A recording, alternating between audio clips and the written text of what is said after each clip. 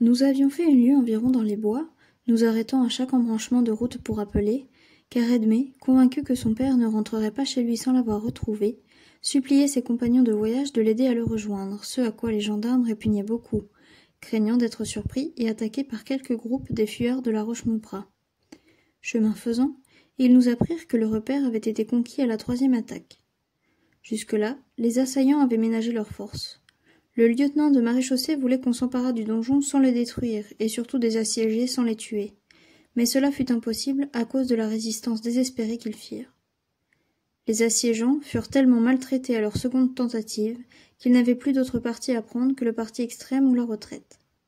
Le feu fut mis au bâtiment d'enceinte, et au 3e engagement on ne ménagea plus rien. 2 Maupradt furent tués sur les débris de leur bastion, les 5 autres disparurent. 6 hommes furent dépêchés à leur poursuite d'un côté, 6 de l'autre, car on avait trouvé sur le champ la trace des fugitifs, et ceux qui nous transmettaient ces détails avaient suivi de si près Laurent et Léonard qu'ils avaient atteint de plusieurs balles le premier de ces infortunés, à peu de distance de la tour Gazeau. Ils l'avaient entendu crier qu'il était mort, et selon toute apparence, Léonard l'avait porté jusqu'à la demeure du sorcier. Ce Léonard était le seul qui méritât quelque pitié, car c'était le seul qui eût peut-être été susceptible d'embrasser une meilleure vie. Il était parfois chevaleresque dans son brigandage, et son cœur farouche était capable d'affection. J'étais donc très touché de sa mort tragique, et je me laissai entraîner machinalement, plongé dans de sombres pensées, et résolu à finir mes jours de la même manière si l'on me condamnait aux affronts qu'il n'avait pas voulu subir.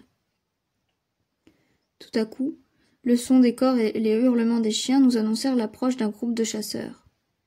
Tandis qu'on leur répondait par des cris de notre côté, Patience courut à la découverte. Edmé, impatient de retrouver son père et surmontant toutes les terreurs de cette nuit sanglante, fouetta son cheval et atteignit les chasseurs la première. Lorsque nous les eûmes rejoints, je vis Edmé dans les bras d'un homme de grande taille et d'une figure vénérable. Il était vêtu avec luxe, sa veste de chasse, galonnée d'or sur toutes les coutures, et le magnifique cheval normand qu'un piqueur tenait derrière lui, me frappèrent tellement que je me crus en présence d'un prince. Les témoignages de tendresse qu'il donnait à sa fille étaient si nouveaux pour moi que je faillis les trouver exagérés et indignes de la gravité d'un homme. En même temps qu'il m'inspirait une sorte de jalousie brutale, et il ne me venait pas à l'esprit qu'un homme si bien mis pût être mon oncle. Edmé lui parla bas et avec vivacité. Cette conférence dura quelques instants, au bout desquels le vieillard vint à moi et m'embrassa cordialement. Tout me paraissait si nouveau dans ses manières que je me tenais immobile et muet devant les protestations et les caresses dont j'étais l'objet. Un grand jeune homme, d'une belle figure et vêtu avec autant de recherche que M. Hubert, vint me serrer la main et m'adresser des remerciements auxquels je ne compris rien. Ensuite, il entra en pourparlers avec les gendarmes et je compris qu'il était le lieutenant général de la province, et qu'il exigeait qu'on me laissât libre de suivre mon oncle le chevalier dans son château, où il répondait de moi sur son honneur. Les gendarmes prirent congé de nous, car le chevalier et le lieutenant général étaient assez bien escortés par leurs gens pour n'avoir à craindre aucune mauvaise rencontre. Un nouveau sujet de surprise pour moi fut de voir le chevalier donner de vives marques d'amitié à Patience et à Marcasse. Quant au curé, il était avec ses 2 seigneurs sur un pied d'égalité. Depuis quelques mois, il était aumônier du château de Sainte-Sévère, les tracasseries du clergé diocésain lui ayant fait abandonner sa cure. Toute cette tendresse dont Edmé était l'objet, ces affections de famille dont je n'avais pas l'idée, ces cordiales et douces relations entre des plébéiens respectueux et des patriciens bienveillants, tout ce que je voyais et entendais ressemblait à un rêve. Je regardais et n'avais pas le sens d'aucune appréciation sur quoi que ce soit. Mon cerveau commença cependant à travailler lorsque, la caravane s'étant remise en route, je vis le lieutenant général, M. Delamarche, pousser son cheval entre celui d'Edmé et le mien, et se placer de droite à son côté. Je me souvins qu'elle m'avait dit à la Roche-Maupradt qu'il était son fiancé.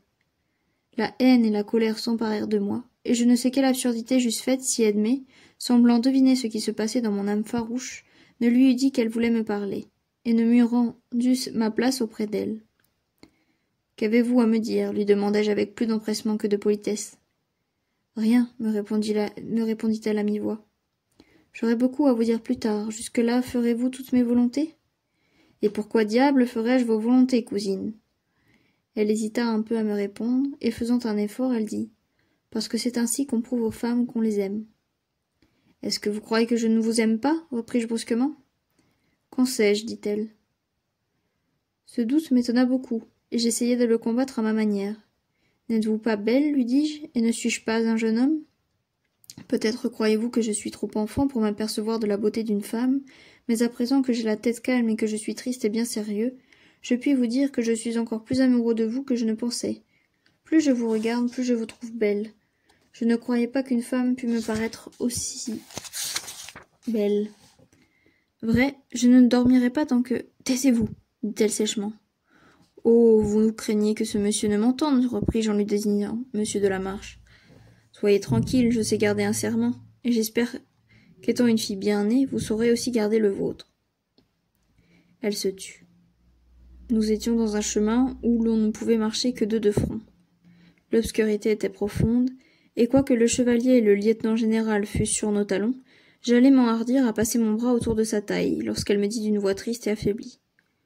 Mon cousin, je vous demande pardon si je ne vous parle pas. Je ne comprends pas même bien ce que vous me dites. Je me sens exténué de fatigue, il me semble que je vais mourir. Heureusement nous voici arrivés. Jurez-moi que vous aimerez mon père, que vous céderez à tous ses conseils, que vous ne prendrez parti sur quoi que ce soit sans me consulter. Jurez-le-moi si vous voulez que je croie à votre amitié. Oh, mon amitié, n'y croyez pas, j'y consens, répondis-je, mais croyez à mon amour. Je jure tout ce qu'il vous plaira, mais vous, ne me promettrez-vous rien, là, de bonne grâce? Que puis-je vous promettre qui ne vous appartienne, dit-elle d'un ton sérieux. Vous m'avez sauvé l'honneur, ma vie est à vous.